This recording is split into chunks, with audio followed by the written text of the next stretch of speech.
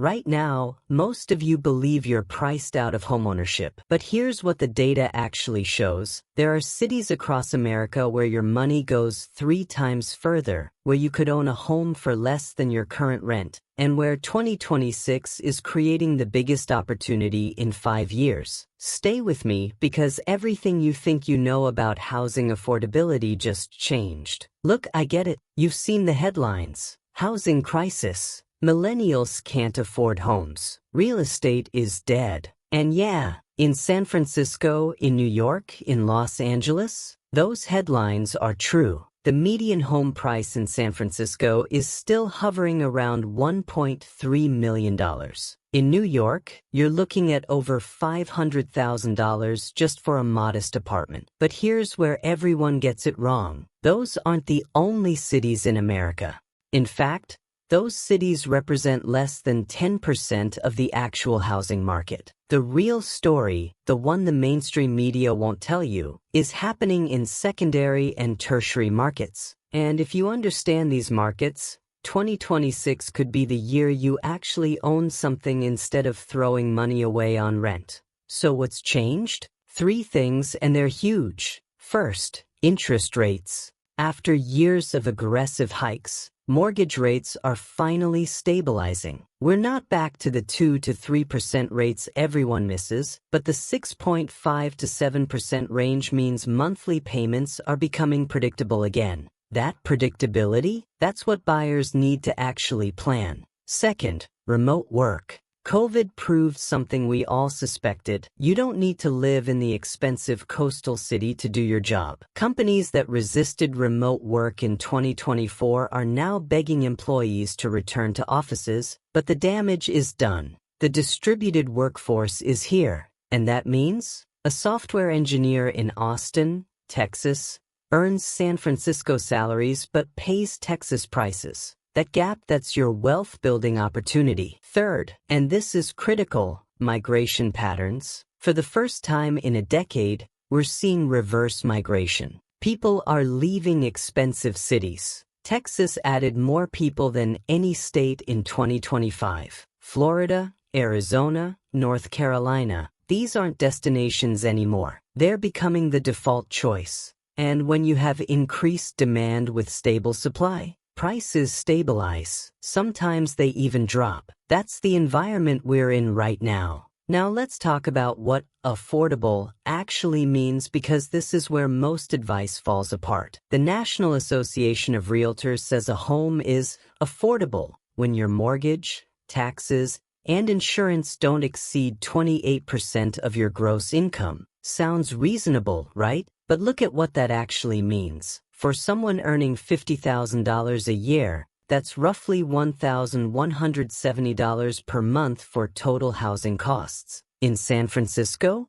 that's a down payment, nowhere near a monthly payment. But in Memphis, Tennessee, that's an entire house payment. A median home there is around $285,000. With a 20% down payment, you're looking at roughly $1,100 per month.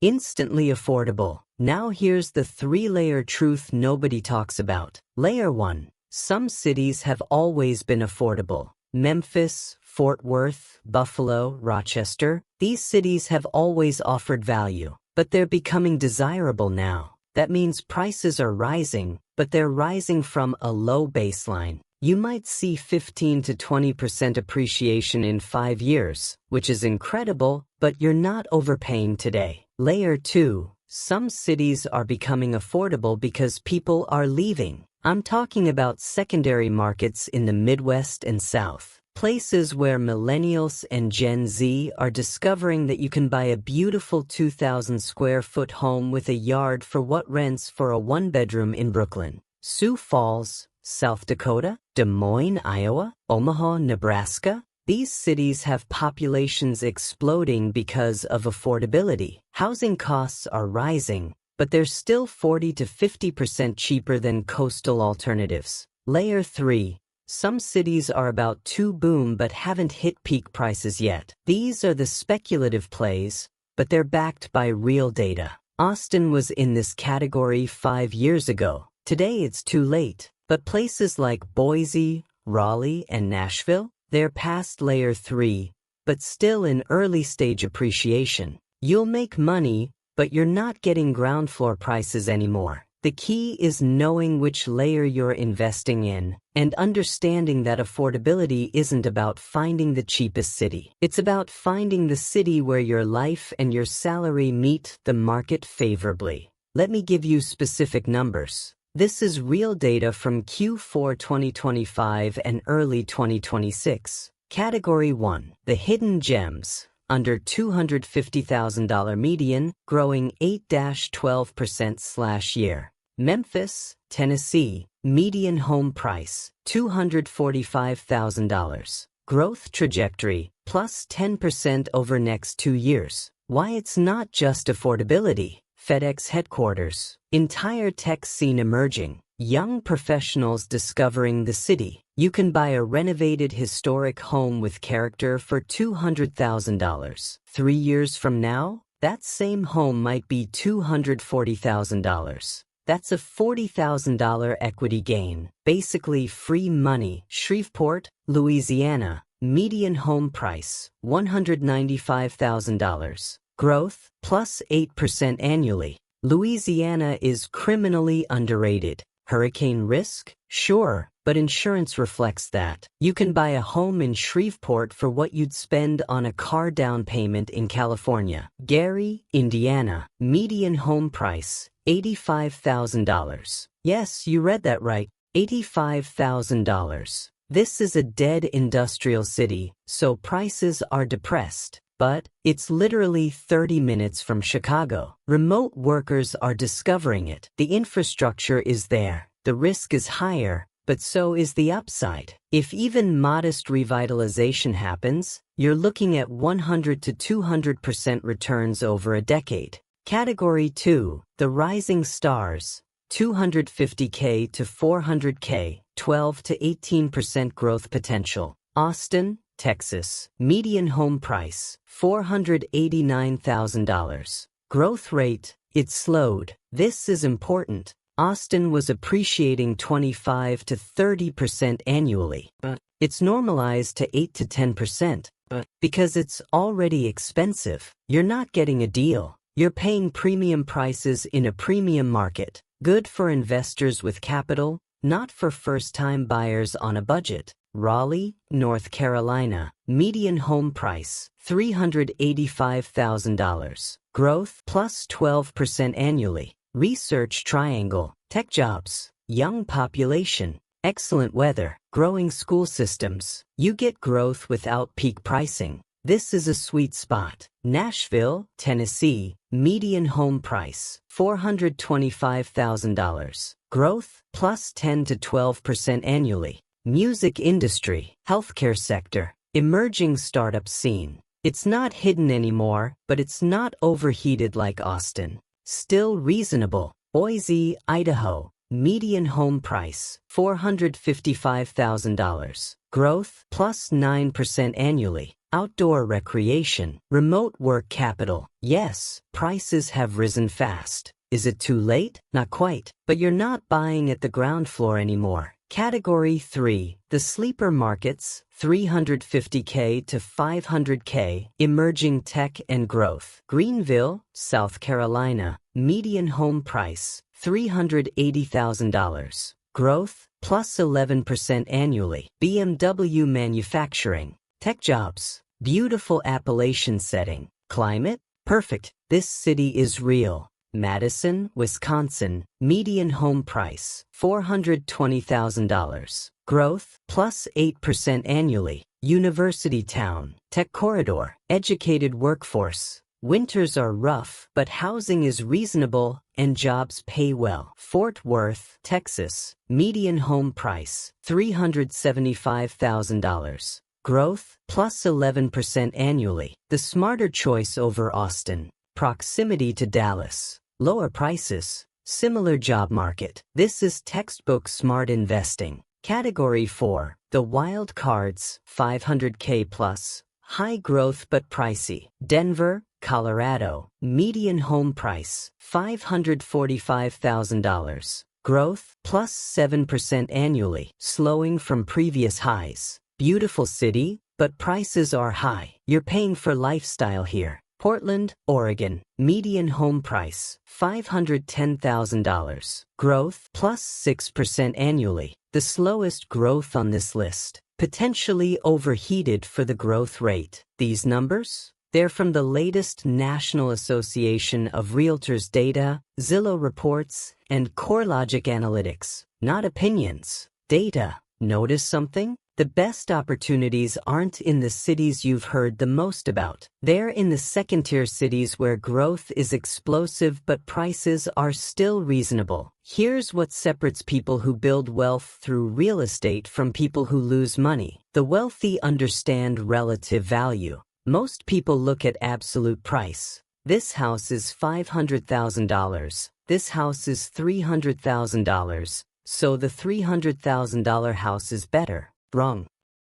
Smart investors ask, what's the price relative to income in this market? What's the growth trajectory? What are the demographic trends? A $500,000 house in Raleigh in 2026, with a family income of $120,000 and 12% annual appreciation in a growing market? That's smarter than a $300,000 house in a declining city where salaries are $45,000 and appreciation is flat. Now, here's what not to do. Don't buy in a city because it's cheap if the fundamentals don't support it. A house for $80,000 in Gary, Indiana, that's a speculative play. If you need affordability now, you need a safety margin. Buy where prices are low and fundamentals are solid. Don't chase appreciation. If you're buying a home to live in, chase affordability and livability. Cities like Austin and Denver already priced in future appreciation. First-time homebuyers buying there in 2026? You're not getting growth, you're getting lifestyle. That's okay if it's your decision, but don't fool yourself into thinking you're investing. Don't ignore local job markets. A cheap house means nothing if you can't find work. Remote work changed the game, but if you're relocating, your spouse needs a job too. Their career matters. School systems matter. Healthcare access matters. Don't forget about taxes and cost of living. Texas has no state income tax. Florida has no state income tax. But Tennessee, Louisiana, they have state income tax. That $245,000 house in Memphis might actually cost you more annually when you factor in taxes compared to a $380,000 house in Greenville where income tax is similar but appreciation is faster. Don't buy into the best time to buy is now narrative. It's always the best time to buy if you're getting a good deal and planning to stay for 7+ years. If you're speculating on quick flips,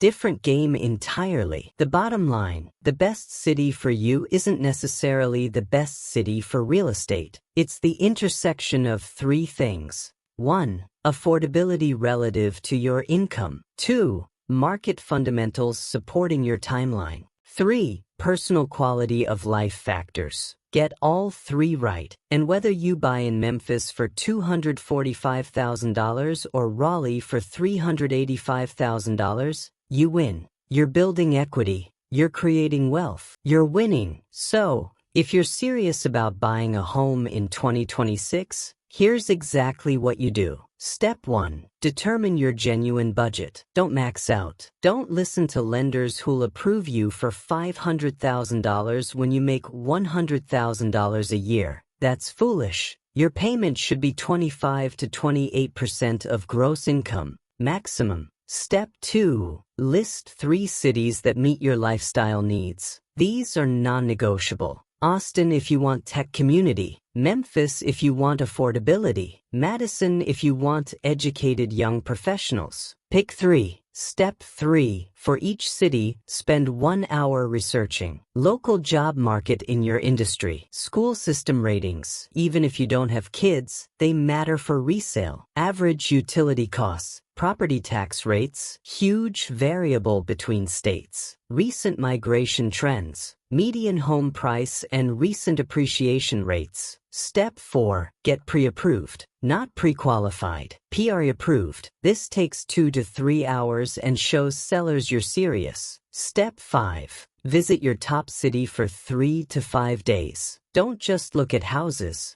Live there, eat there, talk to locals. Does it feel right? Step 6. When you find a house, don't fall in love. Negotiate. Get a home inspection. Get an appraisal. Be clinical. Emotions lose money. And here's the biggest thing. Stop waiting for the perfect market. 2026 is as good as it'll get for the next few years. Rates are stable. Migration patterns are clear. Data is abundant. If you're ready, act now. If you're not ready, get ready in the next 90 days. The best time to plant a tree was 20 years ago. The second best time today. So there you have it. The truth about housing affordability in America in 2026. Not the narrative the media feeds you. The actual data. Cities like Memphis, Raleigh, Fort Worth, and Nashville aren't sexy or trendy, but they're real opportunities. Prices are reasonable. Growth is genuine. And your money? It actually goes somewhere. If this video helped you understand the housing market differently, smash that like button. Subscribe because we drop data-driven real estate analysis every single week. And in the comments, tell me, which city are you considering? I read every comment, and I'll personally respond to the first 100. Thanks for watching, and I'll see you in the next one. This video only for education purpose.